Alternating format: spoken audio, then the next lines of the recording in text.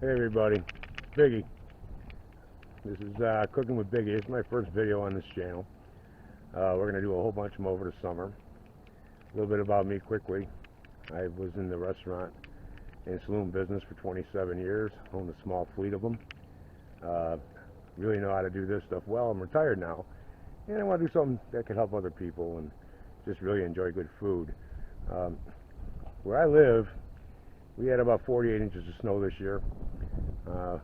Probably 3 to 5 weeks of 5 below to 25, 30 below zero weather. It was cold, and I love the barbecue and grill, but I'm old and I'm cold, man. I don't do that anymore. The cold weather and me don't get along.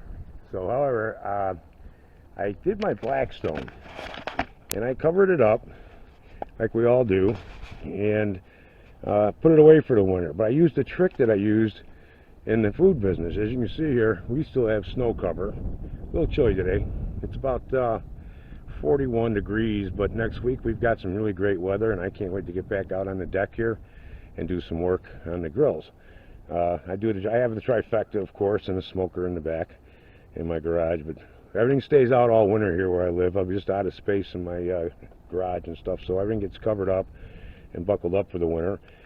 And for those of you with these griddles, you know winter can be rough, and if they get rusty, you know you're going to have about 5 to 6, 7 hours of work ahead of you. So what I did is I covered it the way we did when I would remodel one of my facilities to preserve our equipment. And I'm going to see if this works. So whether this works or not, this video is going up. I think it will, though, and I think you'll be happy. So I'm going to uncover this right here in front of you. And when we're done, I'll show you the product I use to do this, and you can buy it at any store. It's just a little tiny trick of the trade. So let me set this down, and let's uncover it.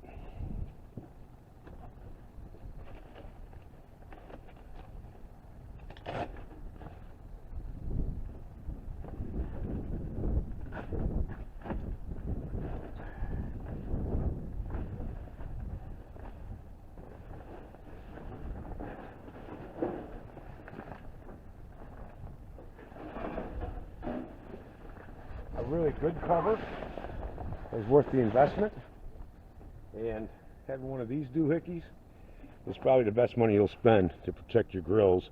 It creates a tent on top of them so the water and snow dissipates. You really can't go wrong with this.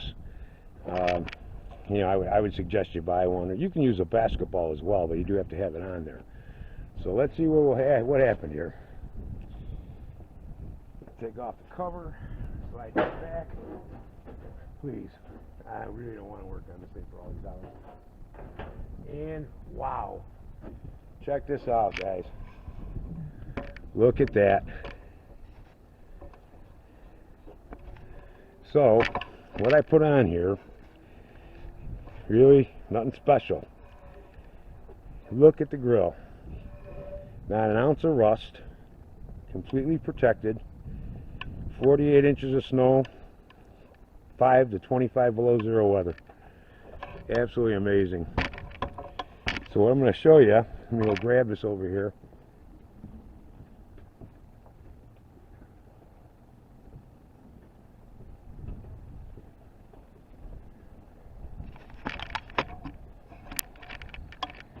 Here you go. That's it. This regular vegetable shortening. Not getting paid for this label. I don't really want to show it, but basically like the Big C brand.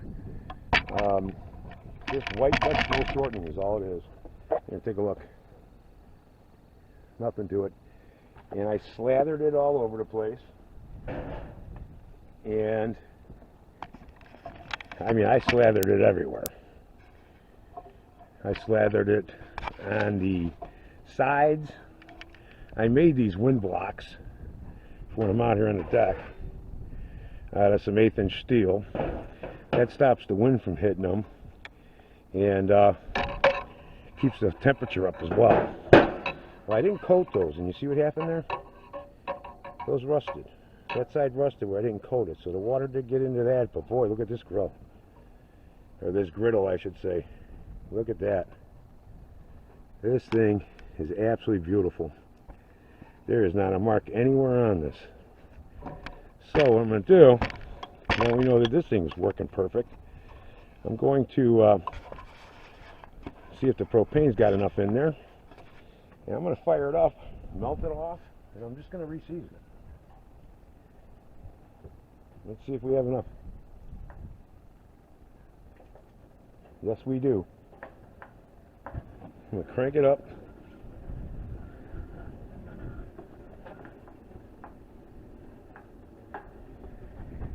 And all I'm going to do is melt that off. Let it reseason itself, but I don't even think we need to be quite honest with you. I mean, take a look. There isn't an ounce of rust anywhere on there. The seasoning is in perfect shape. And a tub of that vegetable lard is, you know, a couple bucks. And it's pounds of it. Probably use it for about 10 years. So what I'm going to do is, once this starts melting off, I'm just going to take my trusty little rusty old spatula here I keep out here, my little paint scraper. And I'm just going to start pulling it off. Pushing it down.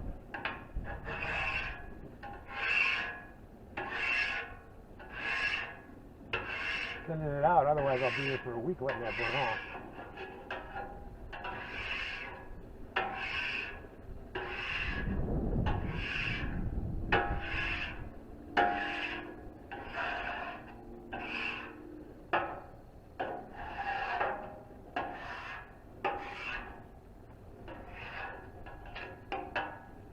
Look at that.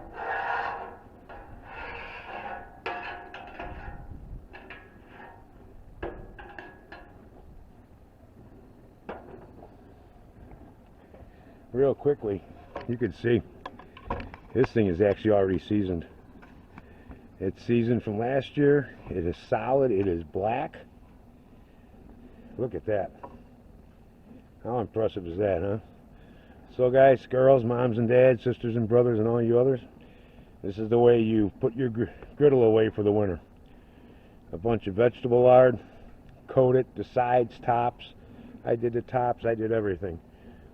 And it is just 100%. It's like winter never ever happened. So very pleased with this. I hope this helps you, saves you a lot of work from doing it yourselves in the winter. I've done it before. The first year I had a griddle, I just put some liquid oil on it like everyone said, and man, I regretted it. I spent about 4 or 5 hours cleaning it up and getting the rust off, and you know, wire cups and everything else. So I'm glad that this really did work. I don't know why I didn't do this in the first place. That first year I know better. But this is, I gotta tell you, I'm just really happy. This just hours and hours of labor just saved right here. Tons of it. It's just amazing. Just absolutely amazing. Look at, I'll get you in close. No rust. It's going to reseason itself from the burn off. Just absolutely amazing. Wow. I'm happy, and I didn't make myself a fool by using it and opening it up to a rust bucket either. Well, this is my first video on the channel, like I said. There'll be one up probably in about 2 or 3 days. I intend on spending my retirement summer just doing some cooking out here on barbecue grills, gas grills, the griddle, and smoking, and helping people with some good recipes, bring the experience I have in the business to you guys, as well as some micro cooking. I have grandkids that are in college, they're in small spaces, and they can't eat as well as they like or some of their favorite foods because they don't have the space for it. Now I'm going to teach them, I've taught them how to get along with smaller amounts of space, and I'm going to try to help as many people as I can here do it as well. So just because you have a small space doesn't mean you can't cook the way you want to cook.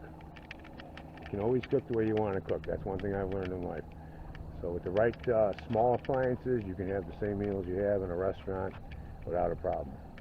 So thanks for watching, and this is going to be Cooking with Biggie.